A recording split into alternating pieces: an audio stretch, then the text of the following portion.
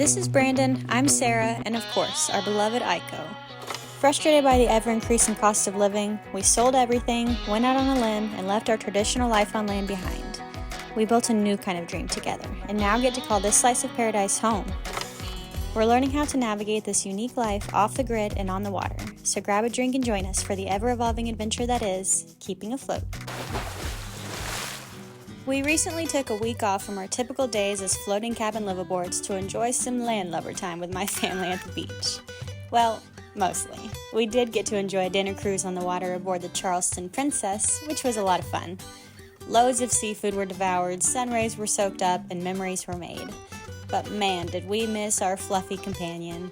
It was a joy to finally reunite with Aiko after having left her in the care of a kennel for the very first time. She seemed to be perfectly happy and healthy when we picked her up, but we could tell she was definitely ready to get back home and enjoy her wide open spaces and leash-free freedom again. Dinky, are you glad to be home? Yes, I'm glad to be home. It's my home. Why would I not be glad? We're lucky. Alright, Miss Bear, we're gonna go let you run at your favorite place. So this is what we usually call the cut. This is where we're always taking her when she's running around on like the sandy, non-rocky bank. It's underwater. It was right here. The lake has come up since we've been gone, which is so exciting. It's like almost full pool. But she still likes going over on this island. Go get him, Tiger! I know, it's just paradise.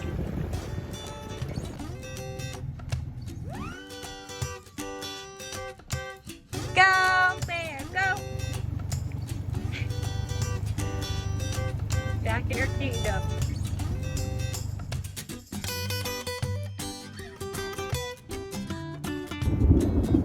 Uh-oh. Back in the rainforest. Come on, bear.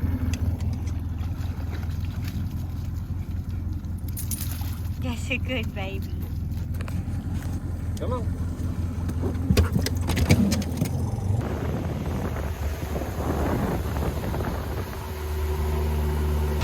Retreat!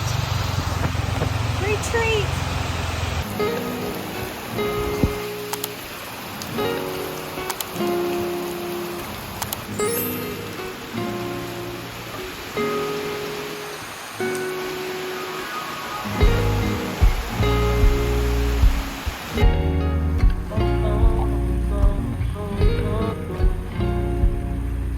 Think we got a window?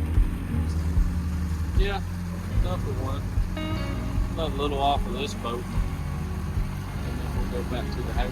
It's probably like 5 or 6 of these 20 that the people can't come here all year. And so they pay me monthly to adjust their winches, look out after their boats. So while I was gone, I had to get a guy here to do it who also has a boathouse. It's a pretty big responsibility, even though it's not a lot of time to do it. But it's, you know, every day you're thinking about each boathouse, what needs to be done. If you go slacking, you're going to tear something up or either sink part of your dock. Good side money. I've got it down to an art. It's a side money. It's just always being responsible for other people's things on a lake that fluctuates 60 feet. It could be a headache. You really got to pay attention to. There's no slacking where, oh, it's pouring down rain in the middle of the night. And you're like, nah, I think I'll just lay in the bed. I'm not going to mess with it. Like, you can't do that. You put on your rain clothes and you go out there and you take care of it. You guys might know this house that we still take care of the winches for.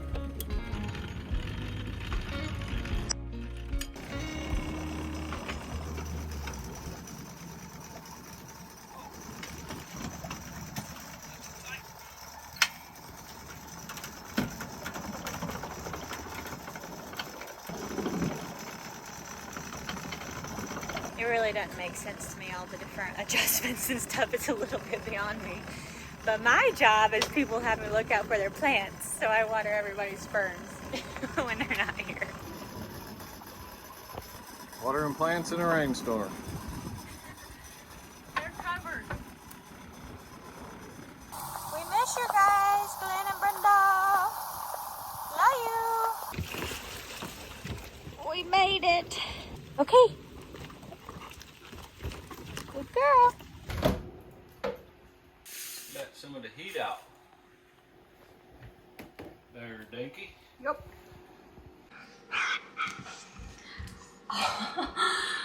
Oh, look who wants to be petted and loved on. Is that even my Aiko? My aloof little Akita. She wants the lovins, and I'm gonna give them to her. I missed you. I did. I did. I gotta tell you guys, coming home from vacation and feeling genuinely happy to be home and not that impending sense of dread and doom, like, back to the real world, you know, like just really, truly loving vacation and loving being home tells me we're doing something right here. And I'm just so grateful. And before you're like, yeah, must be nice, or yeah, if I had a house like that, I would feel that way too. Ain't nobody give this to us. Like, I'm just saying, it's out there. I don't know who needs to hear this, but you are just one decision away from a totally different life. I'm just saying, I'm not saying you should do this, but I'm just saying, if you don't like your real life, maybe it's time for a change. I'm just saying.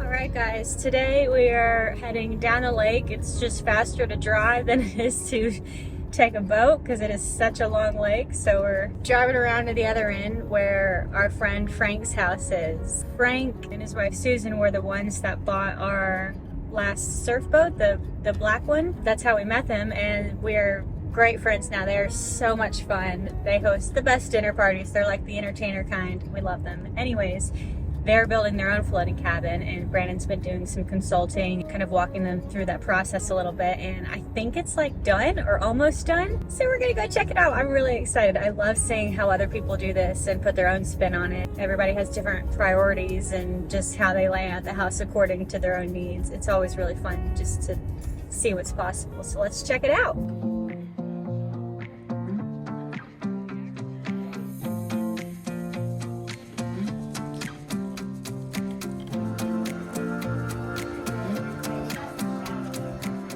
How cute. I love the color that you chose. Thank you. Look at the windows. Look how many windows there are. Yeah. That looks like it's part of it, or is that nothing to do with y'all? Oh no, that's part of it too. Yeah, okay. So the side without the rail will be Yeah. against the house there. And then the outlet up there is for, Tony put those on to plug in lights. You know, Yeah. like little twinkle lights going around. They're so And then- cute. And then there's a switch for those lights, for that switch down below, and then just an outlet for whatever. Yeah, I was like, there has to be something on the side with an outlet that tall. Yeah, and so that deck will be like that one, but on the other side and totally open. Cool. Oh, you got Trex? You got Trex. What a good investment. We went back and forth on it, and we were like, it's just so expensive. Maybe down the road. We're a little older. But you're we a don't little. have those children yeah, anymore. yeah. You got it going on. At your age, we didn't have trucks either. Right.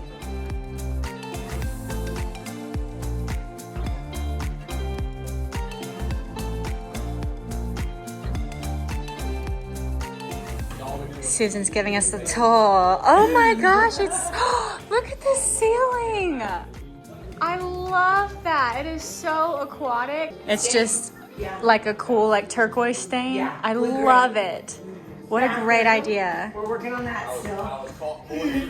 Oh, that's our same shower that we just yeah, I was gonna say that's our same shower. Anybody like him looking at the shower because I got parts left over, There's always And spare there's parts. everywhere. but gaskets. That happened to us too, I think, Yeah. actually, yeah. Use clear caulk, bro. Come on, man. That piece goes right there.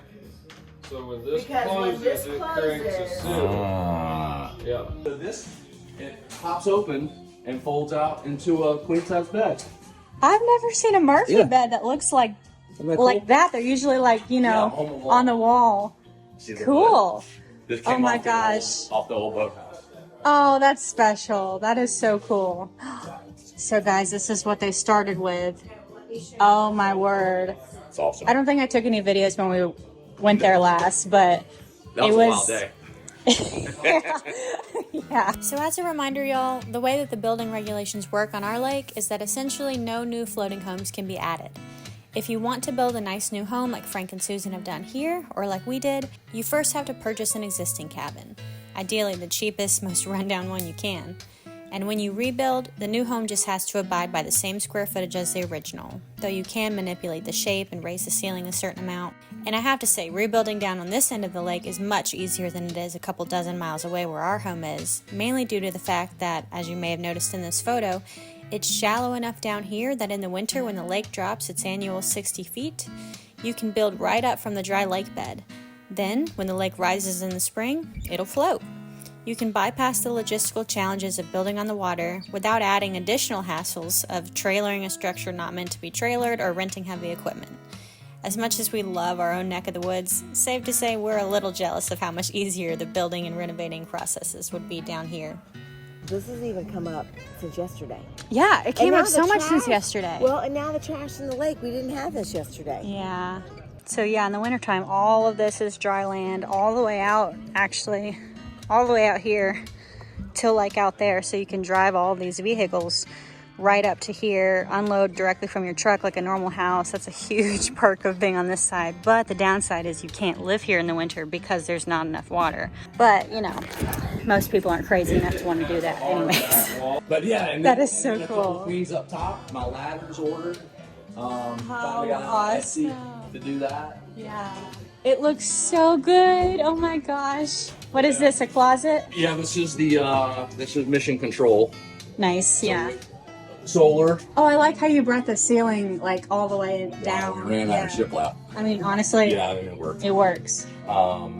And then, of course, you know, we ordered cabinets, and one of the corner cabinets came in wrong, so the color was wrong. That's okay. We got granite going here with a little copper sink, Yeah, and your fridge, Yeah. your stove, yeah.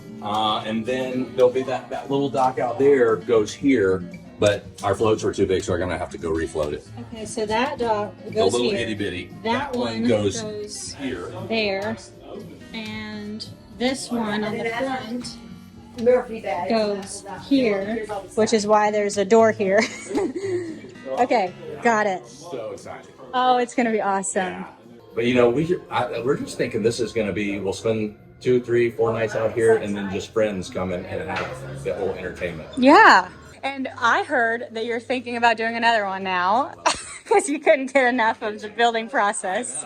I've learned a lot. Right? And once you learn Right. it, it's like, you know, I think I can do this better. 100%. I'll listen to some people a little better, right? Listen to me about them floats, won't you?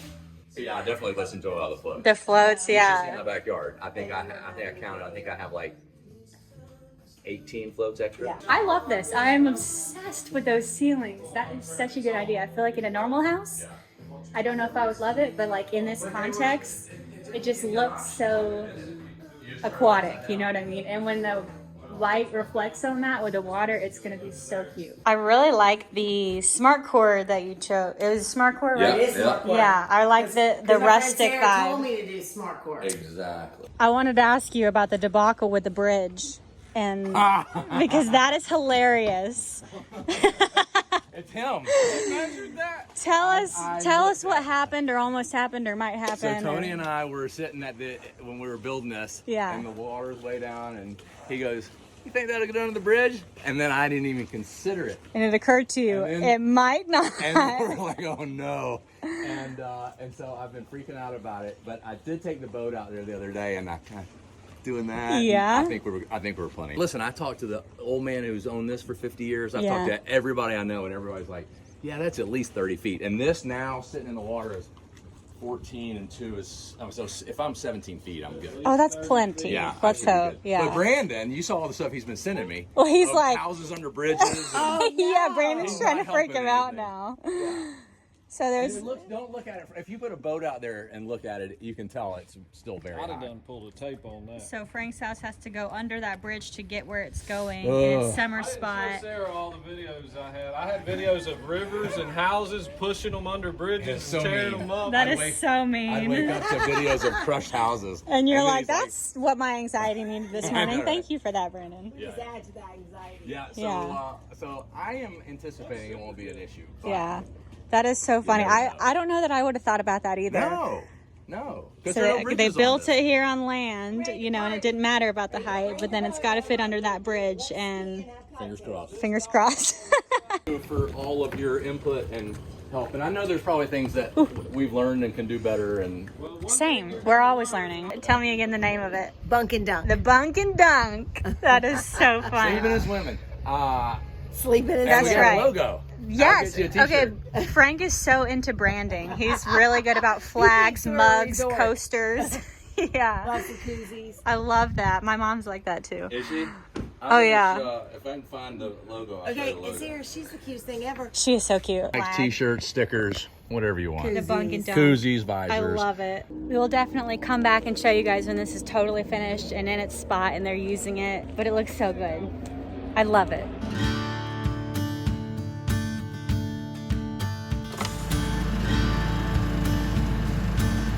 Hi, You wanna go potty?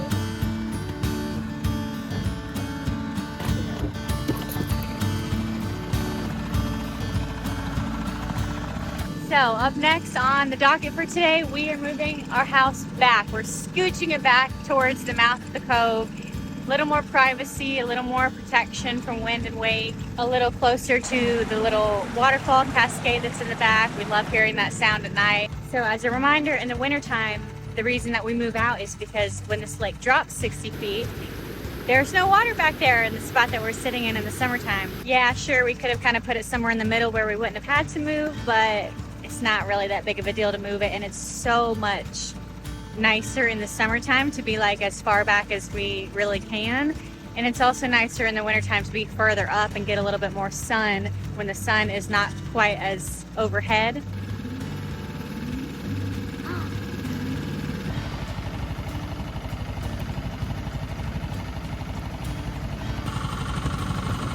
Good girl. Oh!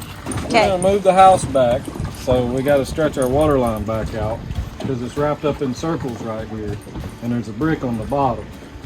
So the first thing we got to do is get the brick off of that and stretch that water line back out.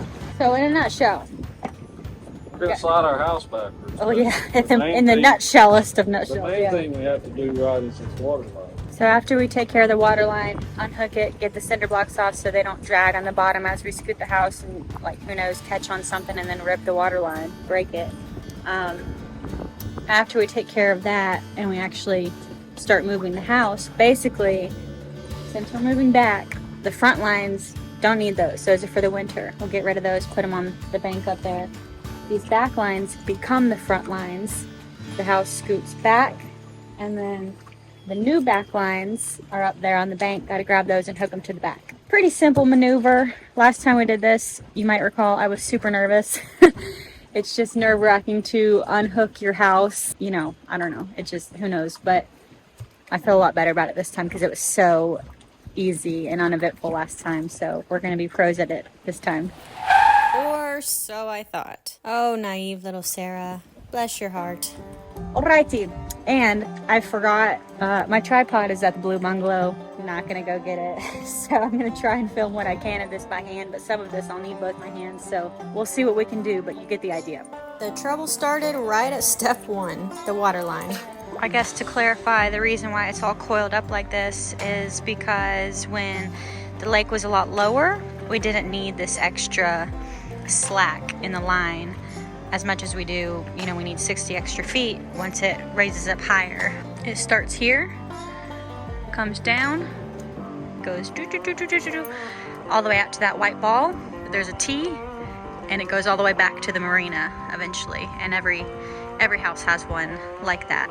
And that's how we have city water.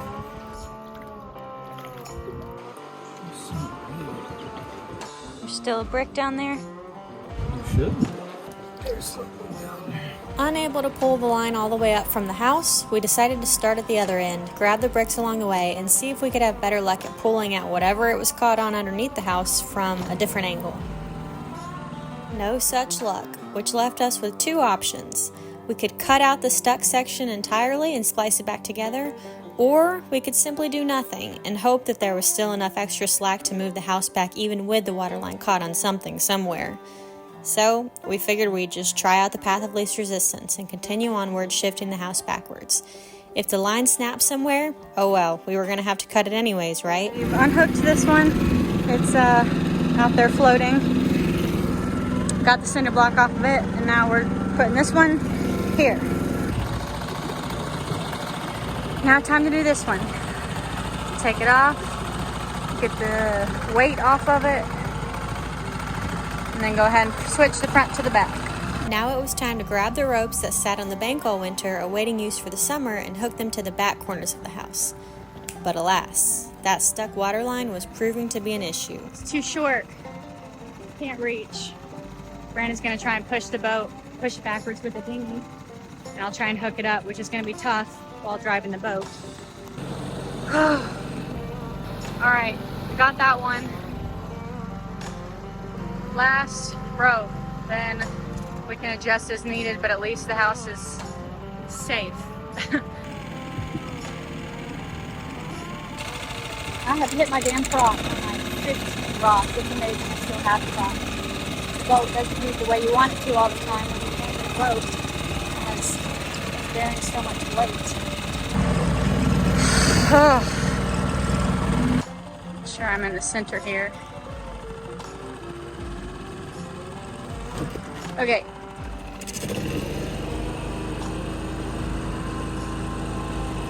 House is crooked, maybe hard to tell from here. So I'm trying to sort of straighten it back out so we can tighten the lines appropriately.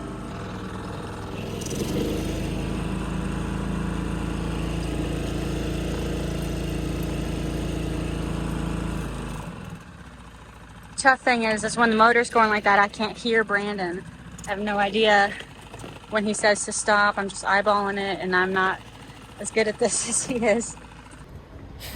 All right, we are taking a quick breather to kind of recap why we're struggle busing with this.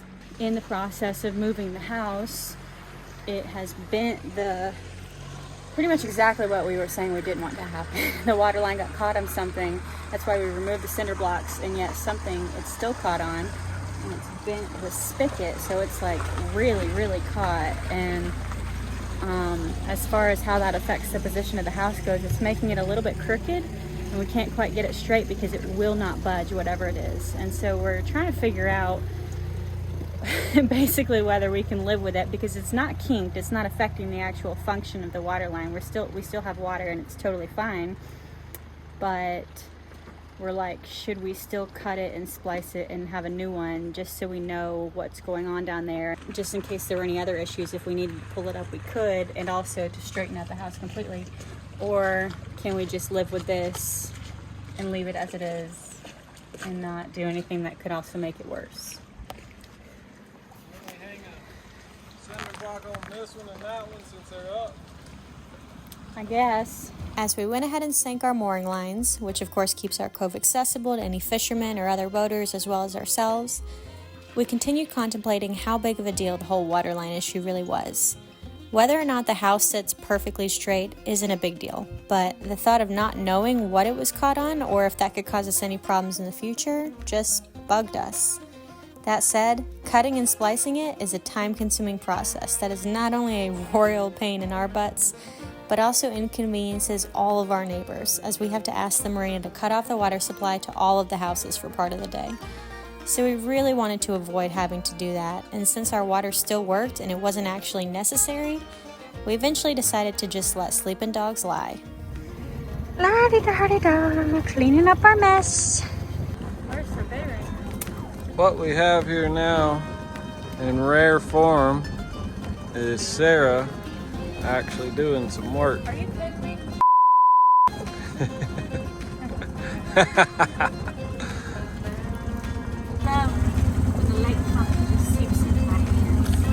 It's really good for your hand complexion.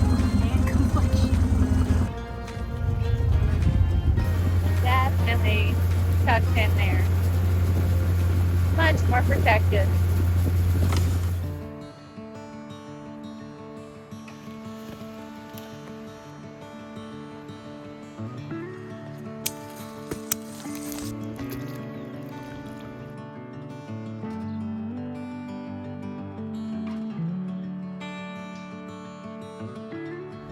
So another thing about the lake coming up is it brings all of these logs. It's like a minefield of logs, especially in the mornings or after a storm. You know, they've settled out on the banks, and as the lake level comes up, gosh, look at that one. They get loose again and start floating around, and man, it's like you have to go so slow. You might think that you can see them, but sometimes, you know, they're the, what do they call them, the deadheads? Unfortunately, the same thing happens with the trash. So we see, you know, a lot of trash coming up and floating around. Plastic, the things that float anyways. It's pretty upsetting, the styrofoam. I will say it's gotten so much better over the past few years. Like, I'm not seeing nearly as much stuff as I did a couple years ago thanks to the trash cleanup, so that's good. It used to be too here at the marina that the logs would come down, you know, naturally and clutter up the ramp so bad you couldn't even put a boat in. I mean, it would just be completely impossible. But Brandon came up with this idea. Well, he used to tie up a boat with the motor pointing towards the ramp and just keep it running, but you know, they were wasting gas and then had a boat out of commission at the marina. And so he figured out that there's actually something they make for this reason. It's kind of like, I don't know, it's basically like a massive trolling motor thing. And it just circulates the water so that anything that goes towards the ramp starts circling back around and coming out this way, as you can see. And it keeps the ramp clear. Pretty good Brandon Jones hack there.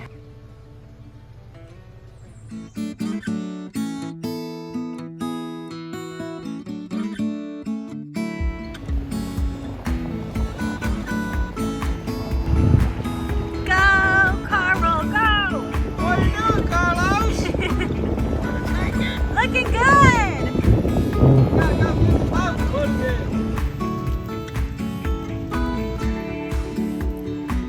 Alright, we just put the boat back in the water.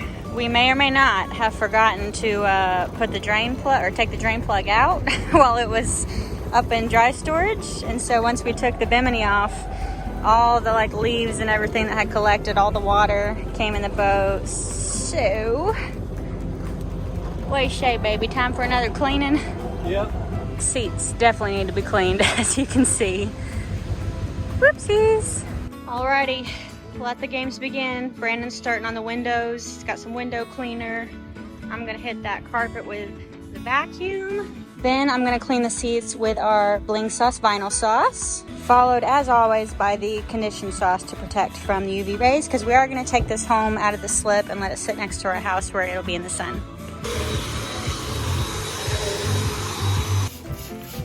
Brandon's going in with the vinyl sauce. So this is the cleaner vinyl sauce that they have for your seats. So you take this stuff, spray it on there.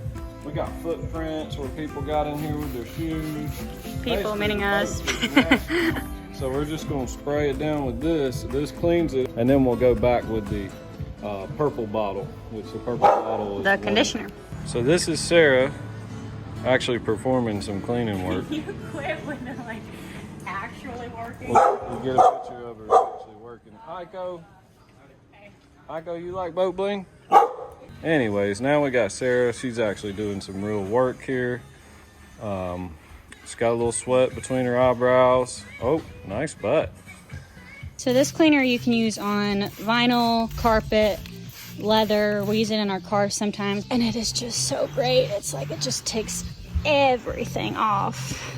As always, we super appreciate Bling Sauce supporting our channel, helping make these videos possible for you guys, and just providing like a superior product to everything else on the market, let's be honest. We know some of you guys have bought it already, and we've heard only good things from y'all, so. All right, everything's clean. Last but not least, condition sauce.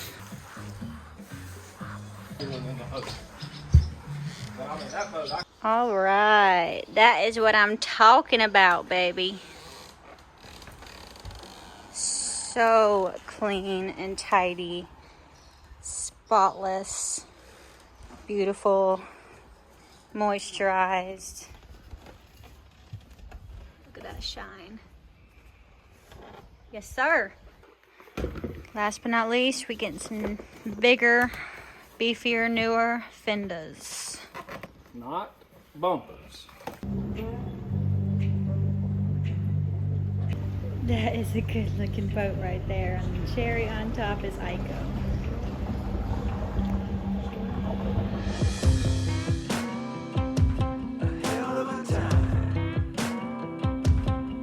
I go straight from the bank, gassing up the tank, cranking up the radio, playing old Hank. It ain't that long till I'm back at the pond.